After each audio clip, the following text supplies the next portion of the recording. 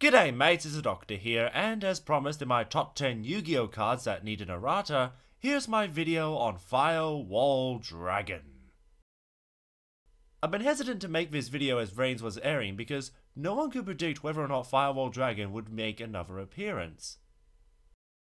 But now that Reigns is over, I feel confident going over the most divided signature card in the Yu-Gi-Oh community, FireWall Dragon. First we'll discuss its relevance in the anime, and then we'll move on to its presence in the real world. FireWall Dragon would first appear in episode 10 after Yusaku activates his skill to acquire a random Cyber's link from the data storm. However, this was not by coincidence, because this card was given to Yusaku by Dr. Kogami for his son Revolver to use against Yusaku. But this would backfire in a spectacular way, for Yusaku to defeat Revolver with his new card and keep that very card given by Revolver's father in episode 12. Later in episode 18, FireWall Dragon would appear again to defeat Zyzen, the security manager of Sol Technologies. During the final duel of season 1, FireWall Dragon would appear again, only briefly when Yusaku defeats Revolver and saves the world of Reigns. Now in season 2, it is interesting to note that during the opening theme song, FireWall Dragon would appear in the intro along with the other Code Talker monsters. This implies all 7 cards will play a role in the season, but not only does FireWall only appear in 2 episodes, but even Power Code Talker doesn't make an appearance. This is a clear indication something went wrong behind the scenes. Aside from the opening, however, FireWall Dragon wouldn't be featured until episode 63, the 17th episode in the season, and even then it was a minor duel, with Yusaku fending off the enemies while trying to rescue Soulburner. The last time we would see FireWall Dragon is in episode 82, as Yusaku dueled against Onizuka, but it was used to power up FireWall Xyz Dragon in order to win the duel. There was another version of FireWall Dragon to appear in the final duel of Season 2, which would be FireWall Dragon Dark Fluid. And can we just say Dark Fluid is one of the worst names ever?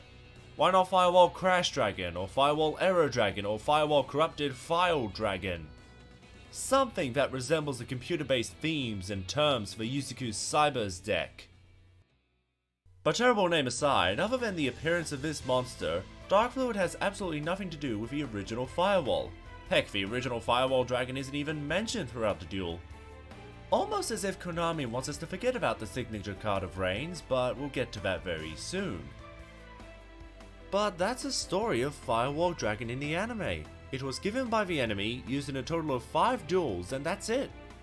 There's no backstory like Stardust Dragon, there's no meaning for its name FireWall. For example, the card itself could have been carrying a firewall program to track down the viruses, or the Ignis in this case, or classified data of Sol Technologies, or if all 6 Code Talker monsters were gathered, then FireWall Dragon would grant access to a new power or a message exploring the depths of a data storm.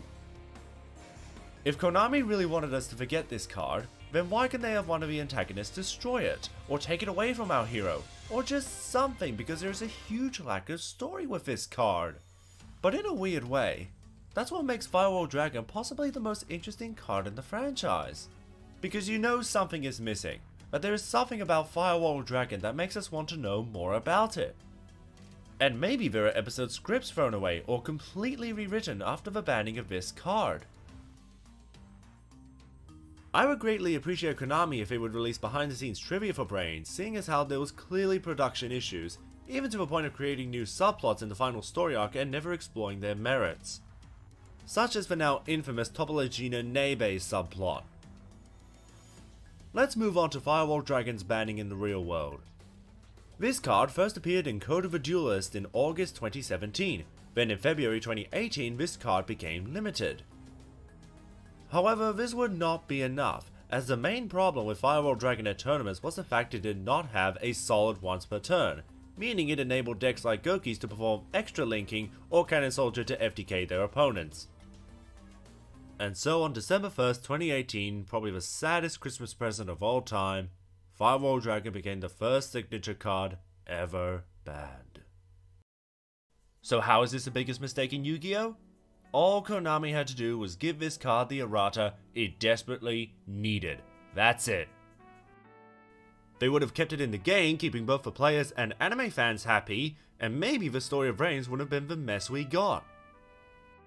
As a lot of people were saying, if Konami banned FireWall, it's like banning Dark Magician, or Neos, or Stardust Dragon.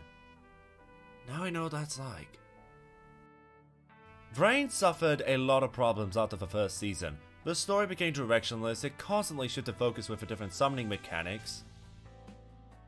What started off as probably the most fascinating Yu-Gi-Oh series devolved into a really bland and kinda boring anime series. Maybe one day someone can make a Yu-Gi-Oh fanfiction how Reigns could have been better with the idea of two different organizations hunting down our protagonists and giving FireWall Dragon a real purpose in the story. Maybe a computer expert or technician can provide ideas how Reigns could have been the best Yu-Gi-Oh series of all time.